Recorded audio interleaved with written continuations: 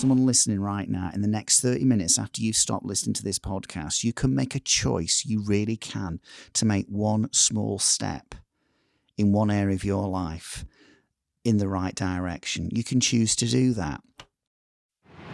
Welcome to Season 2 of Voices of Value, a conversation between Peter Kakos and Rik Rushton, and their high-achieving guests from professional sport, Olympians, business leaders, and ordinary people with value hacks to share through simple life lessons.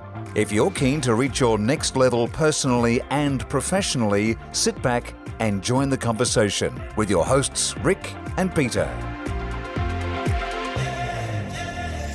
Voices of Value, and it is Season 2. This is Peter Kakos with my good friend Rik Rushton. Rik, we're in Season 2. And they said it would never last. But it has. Who said that? I don't know. Them, they, the others, all our opponents.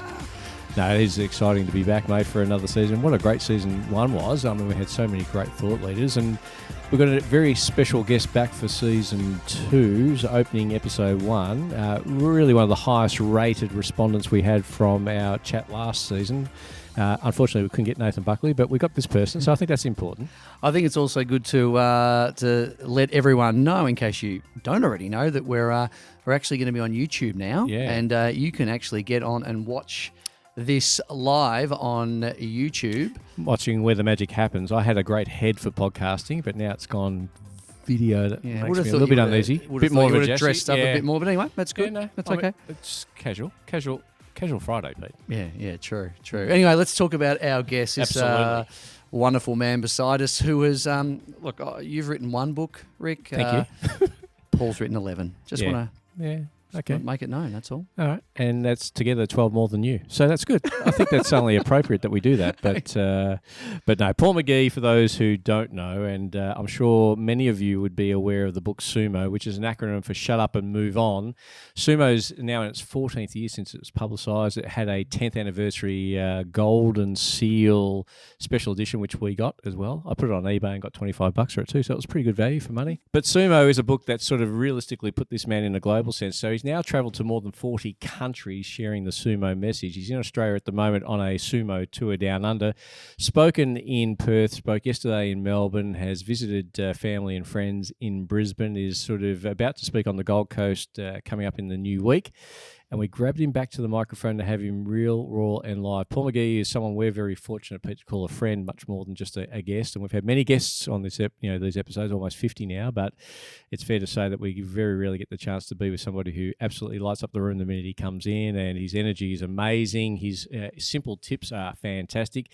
He's very good at getting the best out of people, the best out of groups and teams. But today it's all about how we can get better results out of ourselves, which I think is fundamentally important. Paul McGee, welcome to Voices of Value in the flesh. It is great to be back, guys. Remember when we did the original one? I think it was in January, and it was like in the UK, cold, dark winter's morning. So I know it's your winter here now, but it's beautiful and bright outside, and it's great to see you guys in the flesh. Yeah, well, it was great to sort of sit down before we started recording, just shoot the breeze and just talk. I mean, Paul, You've just got a wealth of knowledge, and I love to get inside your head, and that's what we're going to do today because you've got so much. You don't write 11 books by luck or by chance without having some really important content and some great life lessons, and or as the life hacks, as you know, I love to sort of tap into. But today, I already said to Paul that we really want to delve into the lives of people rather than come from a holistic leadership point of view. We want to look for things that people can take immediate action on in terms of having a better life. And if you're having a great life already, having an even greater life. So Paul, really looking forward to tapping into that magnificent mind of yours. And it's fair to say that when you have 11 books published, and that's the key word there, Pete, publish. I mean, anyone can self-publish, and that's almost like, I think, an email trail with a massive PDF that you send out to friends. But this is something that is on bookshelves. Paul was very kind to show us a photo, which will pop up on the website so you can have a look at it. As he flew out from the UK, he went into a bookstore, and a whole row of his books were right in front of him, which must make him feel incredibly proud of the work, lifetime achievement. 14 years of work's gone into that, and I think people need to be aware about that. And these are books on how to succeed with people, how to speak with confidence, how to speak so people really listen, things that give us a bit of a self-esteem boost, which I think is what our focus is today. Exactly. Paul, welcome. Over to you. Guys, when you've written 11 books, the question I guess you could say is, okay, where do we start? And I was speaking at an event recently, and someone just said to me, okay, if you did have one piece of advice that you would give anybody, what would it be? And it's difficult to nail it down just to one, and so I hope there's a lot of different things we can talk about today. But I think one of the key insights for me is how you get on with people and how you get the best out of life ultimately is all down to how do you get on with you and how do you manage your own relationship. And and Rik will probably know more about this than other people, but, in life, it's been a roller coaster experience for me in many different ways, particularly in my relationships, sometimes with people close to me. And my big insight is actually sometimes what I thought were challenges in my relationship with other people were actually sometimes challenges in my relationship with myself.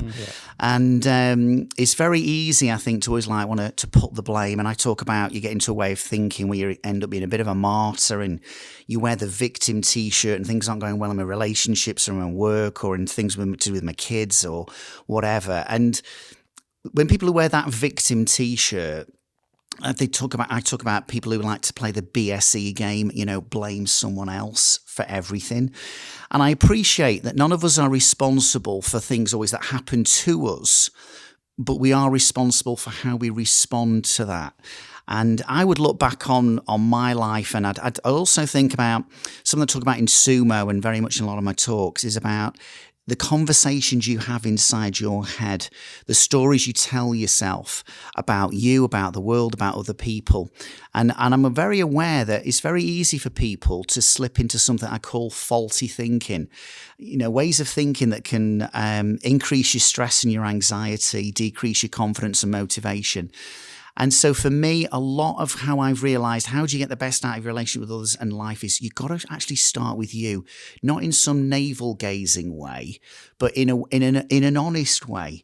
And in terms of faulty thinking, being aware of what I call your inner critic, highlights your weaknesses, undermines your confidence, being a broken record, so all to do is moan about a problem, or being the martyr and wearing the victim T-shirt. And just stopping and understanding, look, guys, we don't see the world as it is. We see the world as we are. And sometimes the way I've looked at life has been through the filters of what I'd call this faulty thinking. And getting a grip of you and your relationship with yourself, I think can have an incredibly profound impact on how you do life and how you do relationships with others. And you talk about the beach ball, Paul, as well. How would you describe the beach ball principle? Okay, we may have covered this, I think, in season 1, but for me, that whole thing is that you've got this 6-coloured beach ball, and if I'm having a conversation now with you, Pete, I'm holding the beach ball in front of us, and I'm seeing blue, white, and green, but you're seeing the same beach ball, but you're seeing 3 different colours, red, yellow, and orange. And it's very easy for me at times to think, well, my perspective is the right perspective, and to assume also that everyone else sees it that way, when actually sometimes people are seeing the beach ball very differently for all kinds of reasons. And if I can stop and understand that, and also rather than expect people to behave in a certain way because, well, it's blue, white, and green, and you should see that. People aren't mind readers. People are actually lousy psychics. So sometimes you've got to communicate your needs, communicate your expectations, and also just appreciate that what you see is not always what other people see. And certainly when it comes to getting the best out of others, have those beach ball conversations, find out what's going on in their world and what's important to them, and then communicate your perspective as well. I love that. I love that. I use that a lot. I use that almost daily, that principle that you shared some time ago. 2008 was the year when I first saw it anyway. And I think that's where you would have seen it too, at the Eric platform, because I think we were speaking that same year together. And but I think the other thing there, Paul, is it does start with your thinking, and you've got some real life experiences through that. And we want to cover, if we've got time, the 7 C's today. And I think they're really, really important to go through. But I always remember you sharing with me that model about how you think determines how you feel, how you feel determines how you act, where your actions go, your focus goes, where your focus goes, energy flows, and then you get this sort of repeat model and away you go again. And the best analogy I ever heard of it, and I wish I could give the person credit because I do think this is a really cool saying. But it's like when we drive, anyone who drives slower than us is an idiot. Anyone who drives faster than us is a maniac. And everyone who drives just like us is perfect. I think that's what you're talking about with your communication, isn't it? Sure. When it comes to that, what I call the tier model or the tier process, I welcome skeptics to hear what I've got to say, because I think if we turn up almost like whatever the speaker says or whatever the man or the woman on stage is saying, I'll just accept it as gospel and it's the truth. I quite like it if people are sometimes, sitting there going, well, is there any real validity in this? It's just a bit of hype. And I don't want to give hype. I want to give help. And so I actually like to take a quite a logical approach to personal development and also a very realistic approach. So yeah, the tier model, how I think affects my emotions, which can affect my actions, which can bring about some results. And I talk about that in a lot of different ways. You're going into a situation where, you're thinking straight away, there's going to be conflict here, or there's no way I'll be able to do this. I'm not very competent in terms of, technology, or I'm never being good at presenting. Straight away, those thoughts are affecting how you're feeling, your emotions, and you're anxious, which influences your actions, your behavior, and you don't get great results. And a great thing that's happening in the UK, and I think in parts of Australia as well now, in talking about growth mindset, the work of Carol Dweck. And I love one of the thoughts within growth mindset is no one likes to fail, which is understandable, because if I fail, I'll look stupid. I mean, I was with some friends recently, and their children were there in the yard, and we were playing. Well, I call it football. I think you've got another term for it, soccer. Yeah.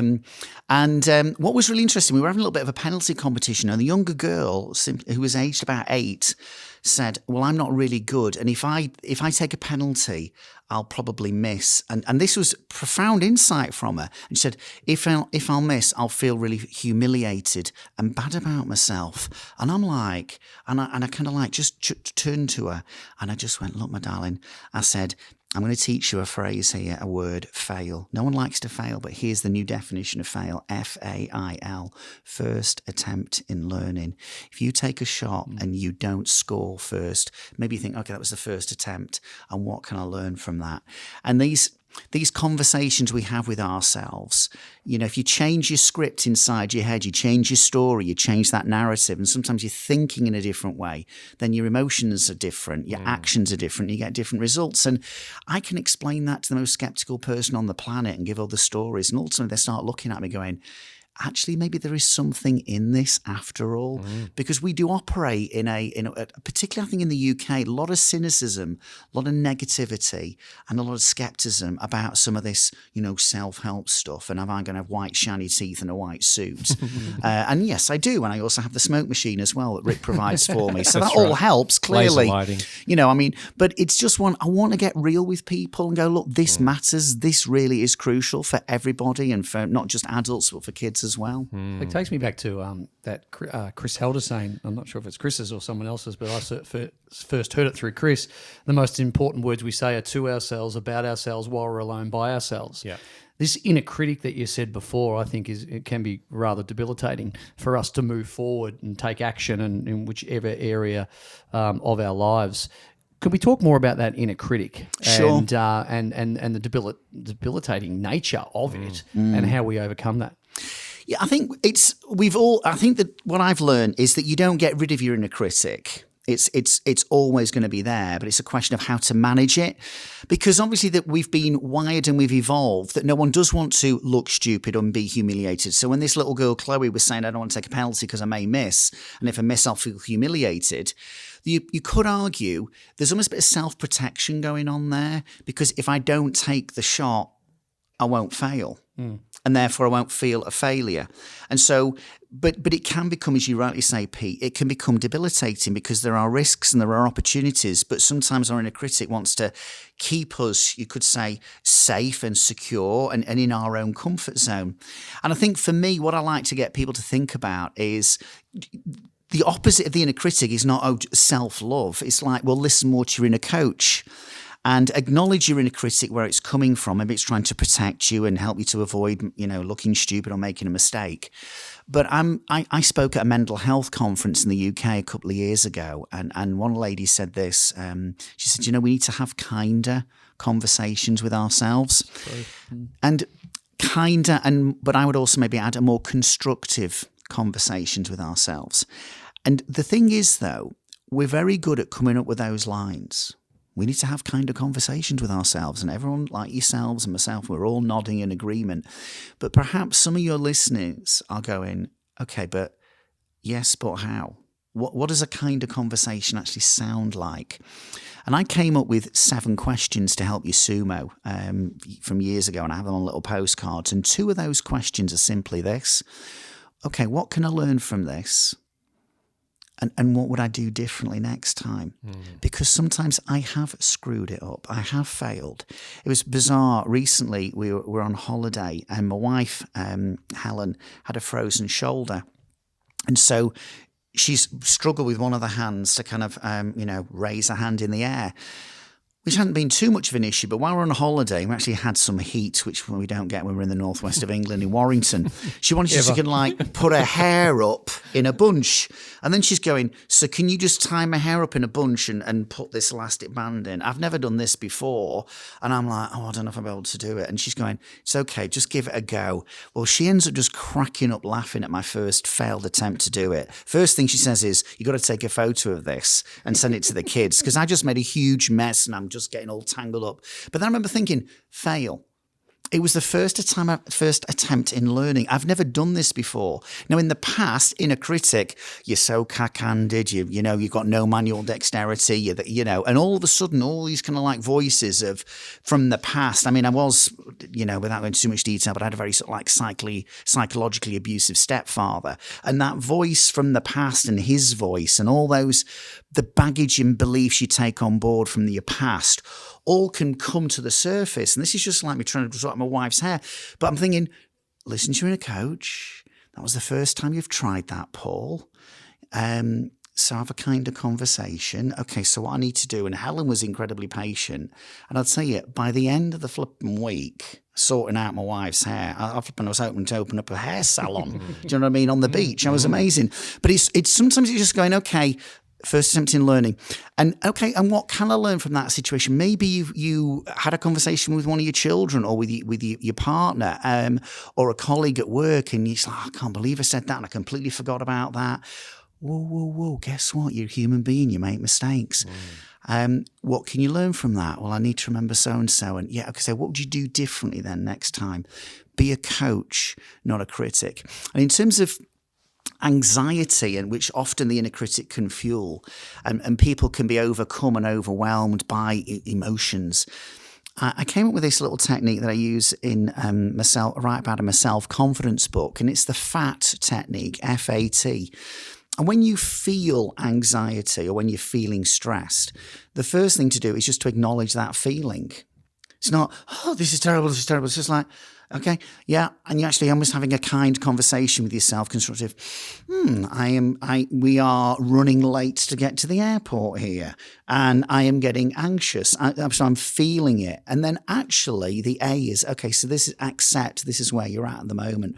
Rather than fight it and start beating yourself up and this is terrible and I can't cope. Feel it, accept it. And then the T, which is almost quite left field. Okay, thank yourself for your body, almost for like saying, okay, you just released quite a lot of adrenaline and cortisol into your system here, which actually is a survival technique.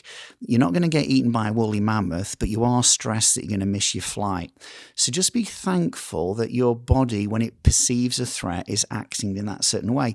Feel it, accept it, be thankful, and then go, okay, thanks for trying to help me on that situation, primitive emotional brain. Now I'm going to engage my more logical, rational brain, my more constructive approach and deal with things.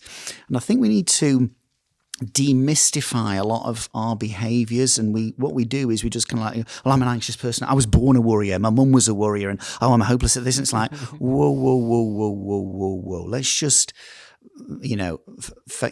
accept and feel that emotion, accept it, be thankful that your body is trying to help you, and then think, okay, I need to take a more constructive approach. That's an interesting one, isn't it? When you say, but my mum was a warrior, my dad was a warrior, that's who I am. And would you say that the person wouldn't be giving a great deal of thought to why it is they're feeling this way, or there is another option, as opposed to labeling yourself really quickly and go, that's just what I do because that's it, without thinking, well, hang on a minute, how can we adjust this? How can we make things different? We very much, our family. We're all conditioned as human beings, a bit like Pavlov's dog with the ringing of the bell and then it salivates because I think the food's coming. We all get conditioned, and one of the ways that we get conditioned is through our upbringing. And so some of the beliefs that maybe our parents had could have been really positive and empowering, fantastic. And I know with your kids, you want to build in really positive, empowering beliefs into them. But some of the beliefs that maybe we've acquired without knowing we've acquired them haven't always been helpful. And I always say, look, this is not let's blame our parents for where people are at in life, because I don't think most parents are waking up in the morning going, right, what can I do today to screw up my kid's future? I mean, all right, Rick's going, oh, hang on a minute, I'm doing that's my focus. But yeah, and you do it, and you, to be honest, you're doing it incredibly well. I think so. But that happens, and I think because SUMO has an alternative definition, not just shut up, move on, but stop, understand, move on. And I think let's just press pause here. Let's stop and understand my behaviour. But actually, it's like when people say, well, my problem, when there's conflict with other people, and people sometimes say to me, well, my problem, Paul, I'm just stubborn. And I'm like, stubbornness is a choice. It's not a medical condition. You weren't born. Like, oh, well, here's your child. They are 7 pounds 6 ounces. They've got brown hair, blue eyes, and they are stubborn. Do you know what I mean? It's not a medical condition. And I think people need to do a lot more stopping and understanding and self-reflection. Yep. And we, rather than press pause, we're flipping living life on fast forward all the time. And we're acquiring beliefs without realizing we're acquiring them. And some of those beliefs are not actually putting us in a great place to get the best out of ourselves. And that's what your opening salvo was about, the fixed mindset versus a growth mindset. A fixed mindset says, I'm born that way. It's my DNA. I can't change. A growth mindset says, that's a behavior that if I actually address it, understand it, acknowledge it, and then move forward with it, I can probably improve it. That's the difference, potentially. You're spot on, but then you kind of like think, okay, well, that's flipping obvious. So, which it is, and everything's obvious in hindsight. So why don't people make that change? And I think one of the reasons we can be lazy. And we get into our comfort zone, which can become a coasting zone and also a zone of complacency. Because if I am going to have the courage to go, all right, actually, I could change. I've got some awareness, I've got some knowledge, I could change. But it also requires a little bit of effort on our part to do that and have some honest conversations with ourselves. And some people go, that could make me feel a bit uncomfortable and I haven't got the courage to, I'll just stick to who I am. And it's a lot easier to have the fixed mindset that goes, that's just the way I am. Yeah. I mean, bizarrely, I literally had a Facebook message from somebody who said there is a gene in our family that runs through our family called stubbornness. And I don't have it, but my brother does. And I'm like, are we, without realizing it, are we wearing the victim T-shirt here and abdicating personal responsibility for our lives and blaming this fictitious gene? Yeah.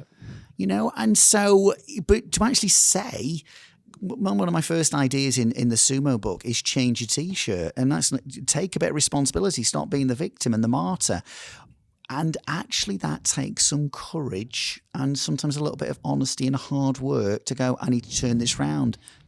Any other tips for that, Paul, to take that courage and to do that, like journaling, or what advice would you give to someone who is like, okay, acceptance is there, I'm going to take some courage, I'm going to make these changes.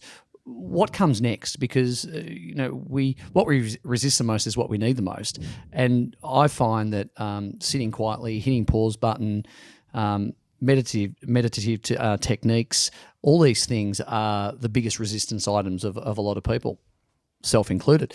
What would your tips be for those to get you on the path? I've definitely been a great believer in affirmations and not coming up with these cheesy, corny ones. I'm a tiger, I can take on the world.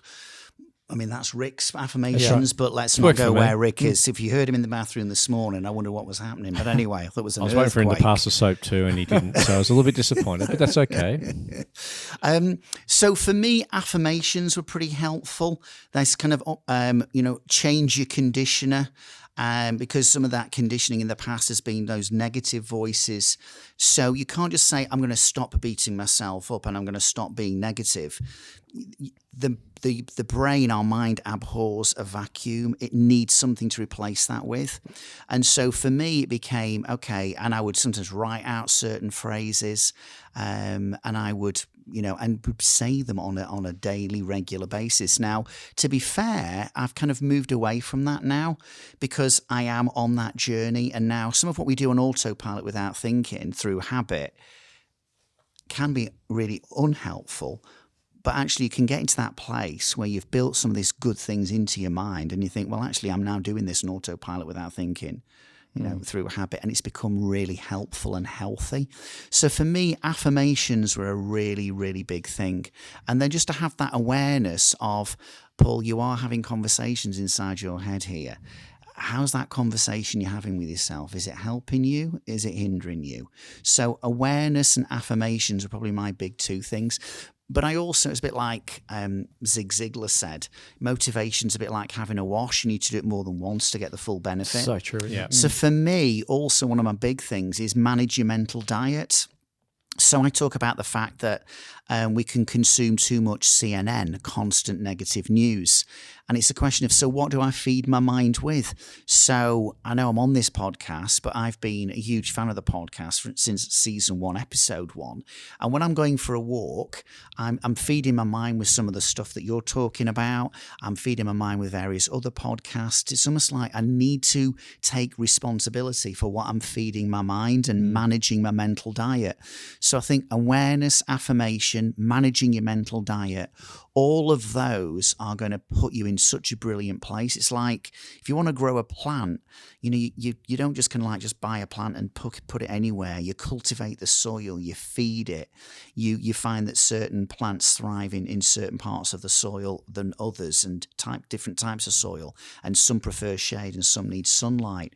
So for me, it's about also creating the right kind of environment to thrive and flourish. So that environment is very much cultivated by the kind of conversations and beliefs I have inside my head. Then you get a certain sense of what sort of fuels you and what drains you. And I think social media is a biggie. And in recent times, and there's people that contact me and say, oh, can you believe what this person posted or that?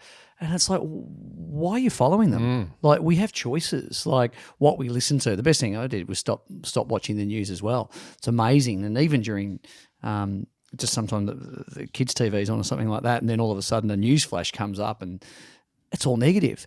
But it's like we have a choice, don't we? We can turn that off. We can choose now who we follow and who we don't. But it's almost like we sort of it gives us that victim mentality like you spoke of. It gives us that excuse, doesn't it? That blame, excuse, denial mindset in terms of following people that just don't give us happiness or bring us anything that's really positive. No, and I think you've got to be very careful who you hang out with, because the old saying is who you hang out with, you become, in terms of your adopt the thinking and all those sorts of things. So I tend to stay around fairly positive, upbeat people, except when we've got a guest from the UK who stays in our house. That sort of brings it down a little bit. But earlier, Paul, you said self-esteem is so hard in this day and age because everything's so sped up now. And I think that gets back to your point, Pete, about social media and, Pete and I are very passionate about, emotional well-being versus mental health, and we've been very fortunate to interview some amazing people in that space on this podcast, as you know. What would be some of the tips you could help our younger listeners or people that are coaching younger people or a young person from the inside out, because that's really what today's all about. How do we help them with their sort of inner workings? You've already talked about the way that you be very careful what you cultivate and all those sorts of things.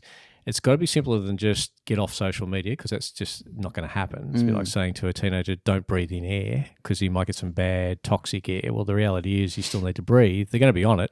Any advice that you can do that sort of helps them to navigate through that, protect their self-esteem and continue on their directional journey towards a better version of themselves? I think in many ways, if I can be completely honest, it is a very challenging context for teenagers particularly, because when we're going through puberty and adolescence, there is so much changes happening in the brain and emotional changes that are happening. that we're trying to find our sense of identity and our purpose. And how do you find your sense of identity? By belonging. And am I in the in crowd? And to be in the in crowd and to be accepted, I need to look a certain way and behave a certain way and think a certain way. So almost acknowledging that you have that one, okay, this is not an easy ride. This is not Paul McGee's got his top 3 tips and every parent now needs to share this with their children and everything's going to be great. This is a tough one to navigate. And I know as a parent myself, and, you know, I've come across friends of my own children, my own children's friends who've gone through some serious stuff. And people have said to me, can you have a chat with them about things? And some great environments in which children have grown up in, and yet they have struggled. And I think it's happening more and more. So I think the first thing to say is, let's not pretend that there is this really simple answer that everyone's missing, because I don't believe there is. I think, though, one of the things that maybe as a parent or as a friend we need to keep doing for children is, one, understand they are on a journey here and that there are actual changes happening, structural changes happening in their brain. That we have a natural tendency, not a wrong tendency, but a natural one, to find our place in life. We do want to compare ourselves with others. That is a natural thing to do. But as I write in one of my books, the problem is with social media is you compare your unedited life with the edited lives of other people. Yeah. And I know, I've got to be perfectly honest, if I'm posing with you guys for a picture for social media, you know, and you catch me in a certain angle, I'm thinking that stomach looks really, really larger than normal, and they don't call me 3 Chins McGee for nothing. So then I don't want that to be put on social media. So it might be, oh guys, can we just take that one again and get the angle in? And I've been on the breathe-in diet for quite a few years now. And so we have to acknowledge it can be an issue for all of us, first of all. But I think also what we ought to need to appreciate is there is an underlying message that I think society, not every society, but a lot of society, can send to any person, young or old. And that is, you're okay if ... So you're okay if you look a certain way, if you've got the abs, if you've done this well in school or in business. And there's this, and guess what? If you want to be, you know, you're okay if you buy our product, you wear this perfume, you wear this particular fragrance aftershave, you buy this particular brand, then guess what? You're okay. And so what happens is, young and old alike, to be fair, try it right. If I buy this and I look good in that and I'm amazing and I'm feeling good, and I'm look at my before and after pictures of I've been on the snake diet or whatever that is, and the keto diet and the whatever it is diet. Paleo. Yeah, the Plato diet is a Greek diet. It's all about just eating a lot of feta. calamari. No. A lot of it's calamari and feta cheese. The Plato diet. It's amazing. You can tell. But then, do you know what happens? Is once we've achieved that look and we've got that brand, we're all looking around thinking, why am I still not happy? Yeah. And so what I think is an underlying message, so it's a big picture, it's almost like a philosophical mindset rather than simply, here's your top tips, is we have to let kids know from an incredibly early age, you're okay. Full stop.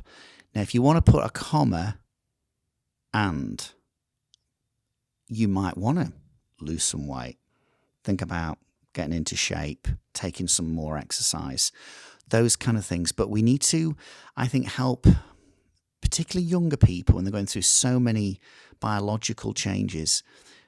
If they do want to improve themselves, start from a place of self-acceptance rather than self-loathing. And so the world is telling you, you are okay if you do certain things.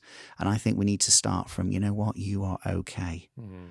And you might want to do this, and you might want to do that. But you know what? If you didn't do brilliant in your exams, it doesn't mean I love you less. And if you do amazing in your exams, it doesn't actually mean I love you anymore. Of course, I'm proud if you do well. And yeah, if you didn't put the work in, I'm a little bit disappointed that you didn't do well in your exams. But you know what? My love for you is unconditional. It's not based on your achievements. It's based on my relationship with you, full stop, end of note. So I think there's almost like a philosophical approach to it. The other thing, going back to growth mindset, is sometimes we can, and I think I slipped into this, when my kids were really young, just telling them how amazing they were and you're this and you're that. And actually just praise the kids for their effort rather than always for their achievement. Yeah. So in a practical way, what did that look like? There's a culture in the UK that when kids have got their exam results, they get a present.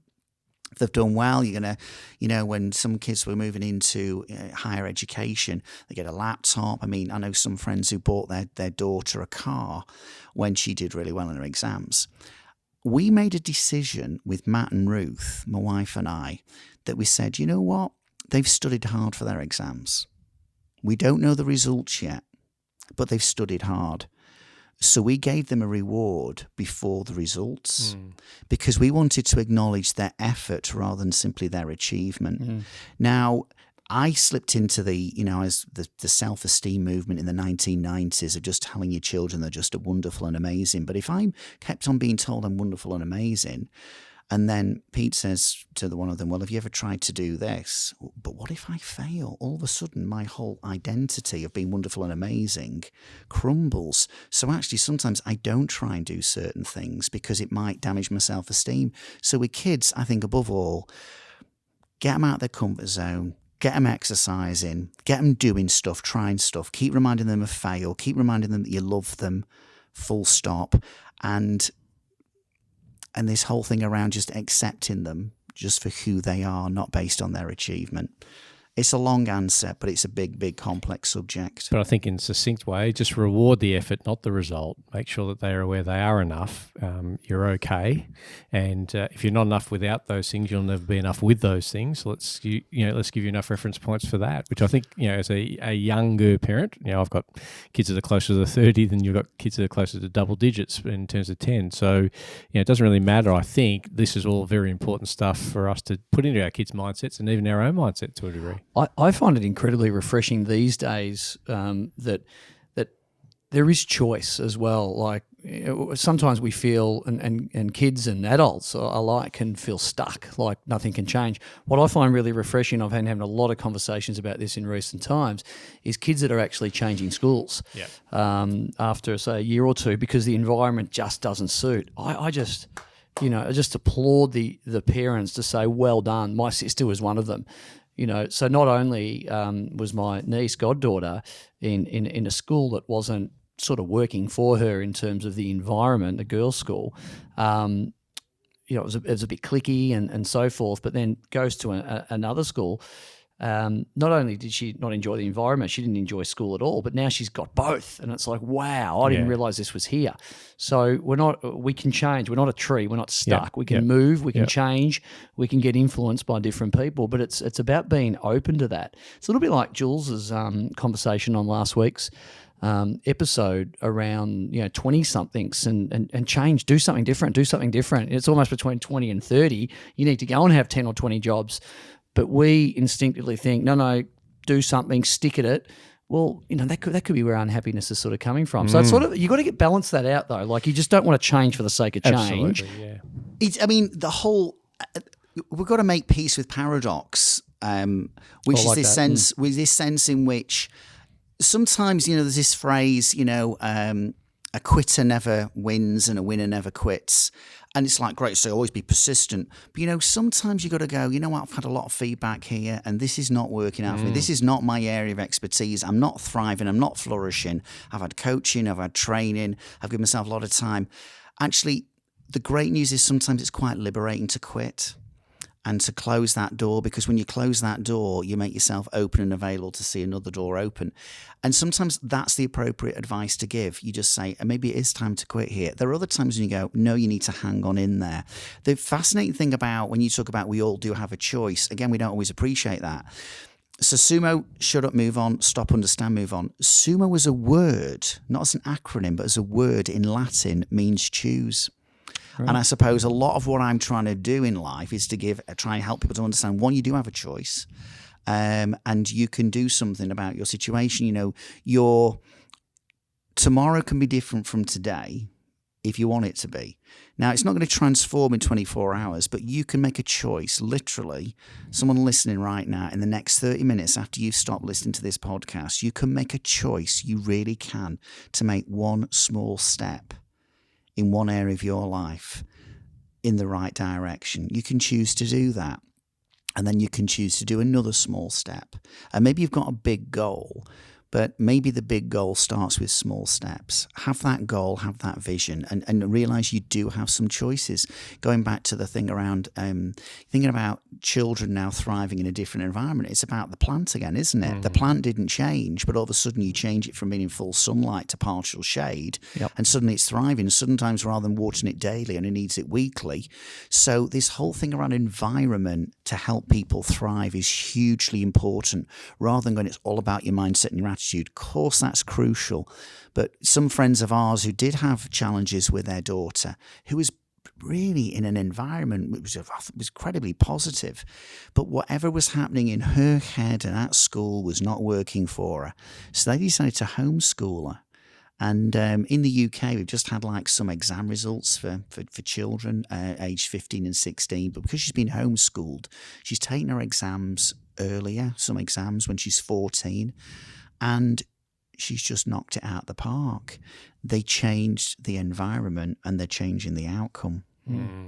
Which is very, very important. As you talk about, plants are a bit like people, but the difference is plants come with the care instructions. This is how this person's going to thrive. We don't get that with people, do we? Which I remember reading in one of your books. That's right. Because you've written so many, as Pete highlighted earlier at the start. But How to have a great life. And it is, I sometimes, I do like gardening. And when you go to that garden centre, it is basically saying, like, I presume it's the same here, which it's not quite literally saying this on this little card, but it's saying something along the lines of, if you want to get the best out of me, for me to thrive as a plant, as a bush, whatever, this is what you need to do. But with people, we don't get that card. And that's why, I don't know if you've got time to talk about it, I talked about, what are the 7 C's to thrive? No, we want to get there. And I think that's the care instructions for plants are very clear. Yeah.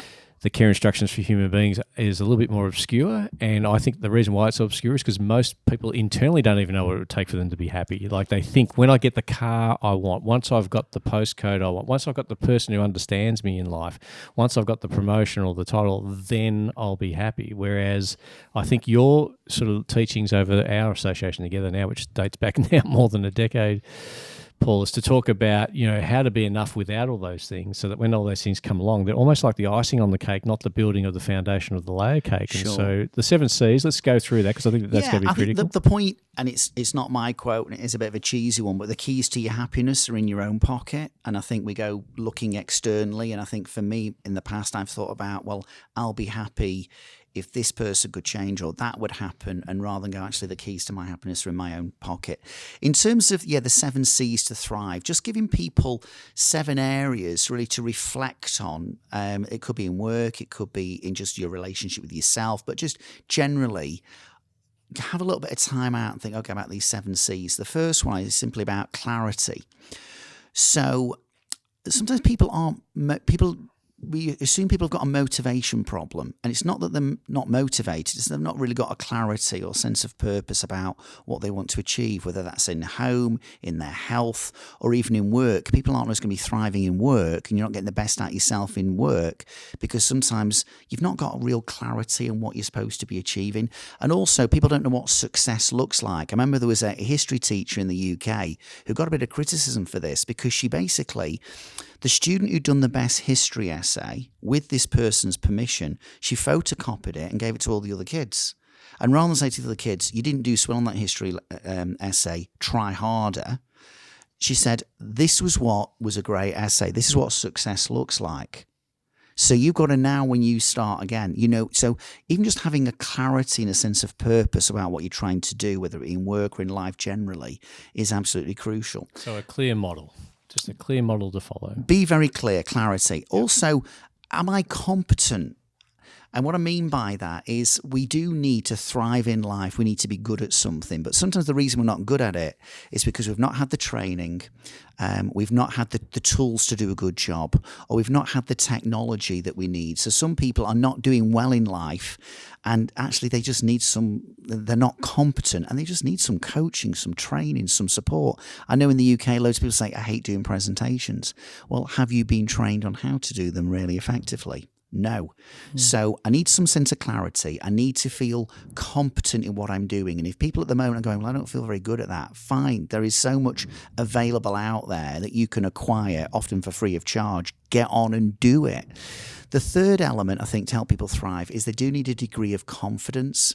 And I'm not talking about arrogance and, again, looking at myself in the mirror going, I'm a tiger. But there has to be that sense of self-belief. And I think very often confidence and competence go very hand in hand.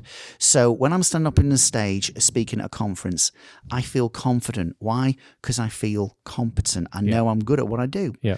If we're going for a drive, Rik, and you get a flat tyre and you go, Paul, can you help me change the wheel? Houston, we have a problem. And the reason, and suddenly I will lack confidence in knowing how to help you. The reason is because I'm not competent. So, and also, why aren't people always confident? I think sometimes they don't get encouragement or feedback from other people. So, where's my clarity? Am I competent? Have I got the tools, the training, and the technology to do well in whatever it is I want to do well in? How confident am I? The fourth one, this is a very interesting one, is am I comfortable in my environment? And very often that environment is like the people that you're with. So with you guys, we could talk all day. We can have a laugh. We can have a joke. We can have incredible banter. You at some stage in this podcast, Rik, will do an impression of me. But the fact is, I may already hopefully, have of, and our listeners just don't know it just went over my head. But the bottom line is, why can I talk so fluently and honestly? Is because I feel really comfortable with you. But what if, I think sometimes people don't thrive because they don't feel comfortable in their environment and the people that are around, they feel intimidated. So they don't feel safe, they don't feel comfort, they don't feel like they belong. That's actually really interesting on Paul on this podcast. It's amazing I know where you're going. The guests we've had on, and they come on, and then all of a sudden they see the setup, and now it's obvious to everyone what our setup looks like, and they're like, oh, this actually looks quite serious. And you actually sort of said that, sort of paraphrasing what you said sort of earlier. And then they're like, oh, okay, I'm not really, I don't know what I'm going to say, or I don't know if they're going to really, this is going to be interesting or whatever it may be. And, and by the end of it, they're like, I really enjoyed that. I could. Can we do it again? Can we stay on? And it's really interesting. And that's what it probably is. It's good to know that we are making people feel comfortable in this sort of environment, and that's who Rik and myself are. And it's interesting. I think after the first, I think it was Bianca Chatfield was the first one that said to me after about 5 or 6 podcasts, it's like, Pete, that's not you. Just relax, Just be yourself. Oh, okay. So then let's start the band. Let's have real conversations. Because we were kind of concerned about just making it too making sure we were dotting our I's, crossing our T's, and getting the dot on the lowercase j. And then Bianca said, "That's just not you, Pete." And I remember you telling me that. And then we had a guest. He'll remain nameless, but I could pretty well tell he wanted this over and done with. So he sort of made it a very tight time frame. At the end of it, he kind of went, "That was really good. I wouldn't mind doing that again." And I said to Pete, because we gave him a really safe and supportive environment where he could do it, I said to him, "Don't you have another meeting to go to?" He goes, "Yeah, I do, but I wouldn't mind doing that again." We were almost booting him out of the room so we could get on with our own day. And so I knew he'd set up a very narrow period of time because he didn't think he was going to enjoy it. Then he got through. So I think that's setting up an environment where you belong, where we value you, we appreciate you, we care for what you're going to share with our information because we care about our audience, and you're giving sort of value. So we've got clarity, we've got obviously competence, and we've obviously got the confidence, which I think is obviously important. Keep going through your feeling comfortable, as we've said, which you guys do brilliantly do. The other one is feeling. We do need to feel challenged, and I use the example of the rubber band, and if the rubber band, if you imagine holding up a rubber band now and there's no stretch, that rubber band is not doing what it was designed to do. And I think sometimes people aren't thriving because actually they're not being stretched, they're not being challenged. They need maybe a fresh, a new job. I mean, some people go, well, I've been here for 15 years and not enjoying it. Well, guess what? Maybe no matter how well you're managed, you need to move jobs. You need to find a fresh challenge. But the other perspective to have sometimes is people's rubber band has been stretched incredibly far for so long, and they are very close to snapping. And so again, it's reflecting and weighing up, and sometimes there will be seasons where you do feel overstretched and you need to build in what I call that recovery time. But am I challenging myself enough, because I'm not really thriving? Sometimes you think, oh yeah, that rubber band, it's all slack, that's the easy life, I'm on the beach for 3 weeks. You know what, after 3 weeks on the beach, I'm bored. We need that stretch. We need that challenge. And I think, again, some of your listeners may be realizing I'm not thriving at the moment because I've got a bit stale. I've got almost too comfortable in my environment. So we need to make peace with paradox. I'm telling you, one, it's good to be comfortable, but I'm also saying sometimes you can get too comfortable and that can lead to complacency. That's a bit like the ships are safe in port, but it's not what ships were built for. Absolutely, absolutely. And so again, just recap: clarity, competence, confident, comfortable, challenged. And the point actually that you've already mentioned, Rik, so you jumped ahead of the game here, but then he has read my book, is I talk about feeling cared for. And I know that with my relationship, particularly with you, Rik, and hopefully it'll develop with you, Pete, maybe one day. I don't know. Although he's a tough one to crack. He is, and he's also a Liverpool fan. We do have issues around that as a proud Mancunian. But do I feel I am cared for? Do I feel that maybe my colleagues, my boss, and even sometimes my family members have got my back? And actually I was working with an organisation going through the 7 C's to thrive, and I'll tell you the final one in a moment. But this woman came up to me and she said, you have really helped me today, because, and I kind of do this model where you can score yourself in these 7 areas on a scale of 1 to 10. And if you're scoring high, you're in the green zone. And if it's kind of mid-range, you're in the amber zone. And if you're scoring low, you're in the red zone. And she said to me, I scored in the green zone in 6 out of these 7 areas, which normally you'd kind of go, well, that's great. She said, but there is one that is a red zone. And the red zone is, I don't feel that my bosses care for me. I am very productive. I'm very effective. I am successful, but I don't think they've got my back. And I think if I had a problem or a crisis, I'm not sure how much I would be supported by them. I think they like me because I'm performing well. And she basically said to me, which is a bit embarrassing because the company had hired me to work with them, is she said, I've known for a while I'm not happy here, and I didn't understand why, but now I do. So we may keep in touch, we may not, Paul, but I need you to know today you've helped me decide why I need to leave this company, because they didn't feel cared for. The final one is around control. We're in this, I think some people now have been conditioned to be told what to do. But in order to thrive, remember what the whole purpose of these 7 C's is. It's not just to get through life, it's to thrive. If we are micromanaged, if we're doing life and we feel we just lack control in all sorts of areas of our lives, we will not thrive. Now, there are things that are out of our control. I appreciate that. And in the UK, I think buying and selling a property is a lot harder and less straightforward than it is Australia. But why can moving house, particularly in the UK, be really stressful? Because there's a lot of factors that are out of your control. So in life, when we feel, sometimes we feel we lack any sense of control or influence. And going back to your point, Pete, maybe you've got more control and influence than you realise. But sometimes we are over-controlled by other people and we are micromanaged. And so with one of my colleagues at work, Kev, he takes his breaks when he wants to take them. He has his lunch when he wants to take his lunch. However long he wants to take for his lunch, he takes. And actually, we kind of pay him. We pay him, and we pay him well, I believe. But we pay him above all for his outcomes, not always just for the hours he's there. And if Kev's achieving the outcomes, if he says, actually, I'm leaving at 3:00 today, that's all good by us.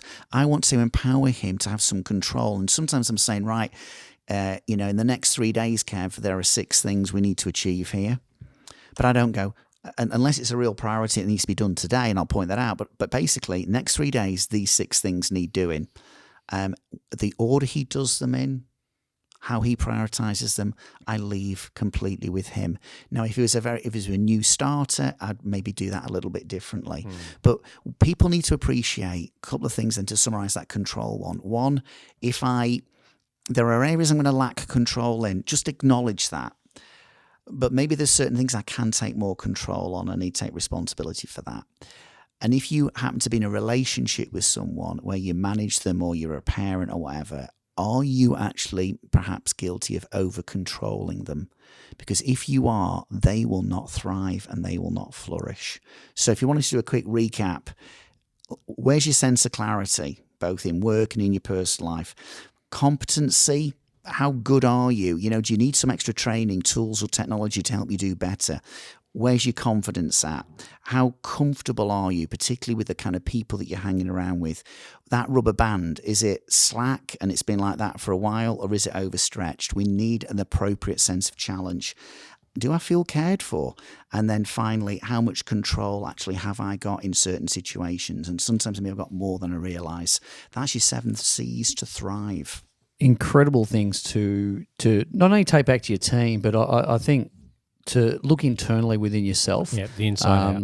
Yeah, exactly right. It's an old adage, isn't it, that you help yourself before you help others. Fit your own oxygen mask first. And I think sometimes we get a little guilty of trying to push it onto other people rather than to seek these things ourselves. And clarity, I mean, all 7 of them, Paul, are absolutely magnificent. They just, each and every one resonated with me, that's for sure. I think, and if I was to think about, because I probably put a slight different spin on it, I think when you think about the cared for, actually, we need to feel that we're cared for. But again, actually, the priority is I need to take responsibility for caring for myself. Yeah. And I say, self-care isn't selfish. It's crucial to your success and your sanity.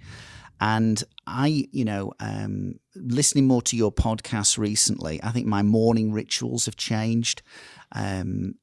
As I've thought more about things like my breathing, my stretching, my exercising, my diet, and I was kind of like fairly aware of it, but I now realize as a guy who's just turned 55, my self-care is hugely important. I want to have the energy to keep on doing what I'm doing for years. Yep. And I don't know how long I'll have on this planet, but let's control the controllables.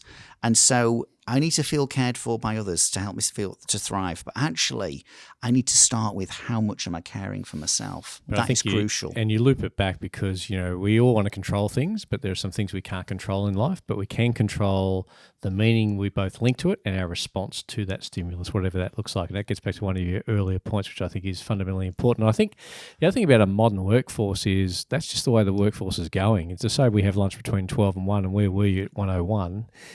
That shouldn't really matter if the outcomes are being measured more than the clock, because we don't want to lead our people to, clock on and then check out. We want them to come to work to be productive. And as you say, if it takes them 12 hours to do it or 2, who realistically cares? But I think Pete and my focus this whole time with you is always to be, what can we do from the inside out? What are some very simple strategies that I as a person can make some choices here? Because I know that once I make the right choices, those choices will make me. So if I can get them right, what are they going to look like? Any last sort of messages you can share with our audience that you think can actually, give us some fast track to success, if there's such a thing? That 7 Habits of Highly Effective People, Dr. Stephen Covey's book, one of them is begin with the end in mind. And I think about that in all kinds of situations and contexts. We're going to have a meeting. Okay, not just what we're going to talk about, but what's our outcome going to be. But I want you to think about this. For me, I found this quite profound. If you mention the name Alfred Nobel, people think, oh yeah, Nobel, is that the Peace Prize for economics, for chemistry? And you go, yeah, actually it is. Alfred Nobel is associated with this, with a legacy that has gone on for over 100 years after his death that's made a real difference to humanity. But let's rewind to, what was Alfred Nobel's life like to begin with? Well, he was a chemist, he was an engineer, he was an inventor, and his family basically manufactured armaments. And Alfred Nobel, many years ago, was known for being the inventor of dynamite. His brother, Ludwig, died. Tragic, sad. Especially for Ludwig. Only you could say that, Rik. The point is, the media, because Alfred Nobel was pretty well known, the media got hold of the wrong end of the story and they thought Alfred had died. So the next morning, Alfred obviously wakes up feeling rather sad that his brother's departed, but opens the newspaper and reads his own obituary. which is quite a profound thing to think yeah. about. What would people say about you after you've gone? Yeah. Begin with the end in mind. And it was a 6-word headline to describe his life on this planet. The merchant of death is dead.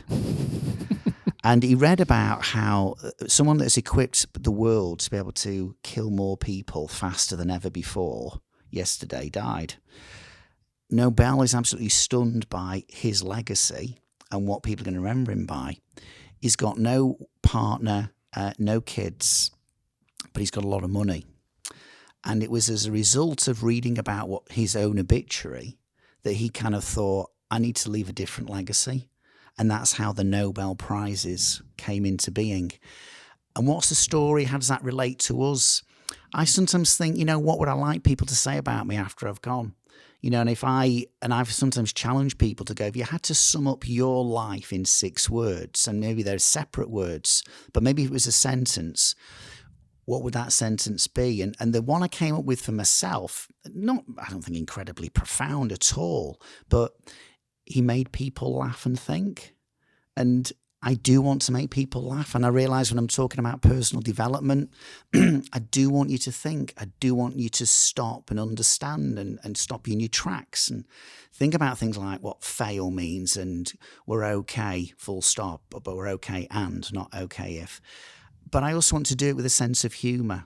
And if when people would say at my funeral, you know what, that McGee bloke, I know he supported Wigan and Bradford City. That was a bizarre one. And I know he had a strange accent, but you know what? He made people laugh and think.